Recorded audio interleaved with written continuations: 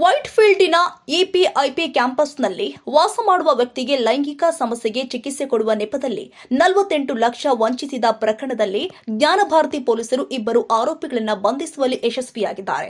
3 ವರ್ಷಗಳ ದಾಂಪತ್ಯ ಜೀವನದಲ್ಲಿನ ಸಮಸ್ಯೆಗೆ ಪರಿಹಾರಕ್ಕಾಗಿ ಕೆಎಲ್ಇ ಲಾ ಕಾಲೇಜು ರಸ್ತೆಯ ಬಳಿ ಟೆಂಟ್ ಹಾಕಿಕೊಂಡಿದ್ದ ಗುರೂಜಿ ಪರಿಚಯಿಸಿದ ವ್ಯಕ್ತಿ ಉತ್ತಮ ಗುಣಮಟ್ಟದ ಆಯುರ್ವೇದಿಕ್ ಔಷಧಿ ಕೊಡುವುದಾಗಿ ಹೇಳಿ ಲಕ್ಷಾಂತರ ಹಣ ಪಡೆದು ಕಳಪೆ ಔಷಧಿ ಕೊಟ್ಟು ದೈಹಿಕ ಹಾನಿ ಉಂಟು ಮಾಡಿದ್ದಾನೆ ಎಂದು ದೂರುದಾರರು ಉಲ್ಲೇಖ ಮಾಡಿದ್ದಾರೆ. ತನಿಖೆ ಮುಂದುವರೆಸಿದ ಪೊಲೀಸ್ ತಂಡವು 27 ನವೆಂಬರ್ನಂದು ತೆಲಂಗಾಣದ ಮೊಹಬೂಬ್ ನಗರದಲ್ಲಿ ಒಬ್ಬ ಆರೋಪಿಯನ್ನ ಬಂಧಿಸಿತ್ತು.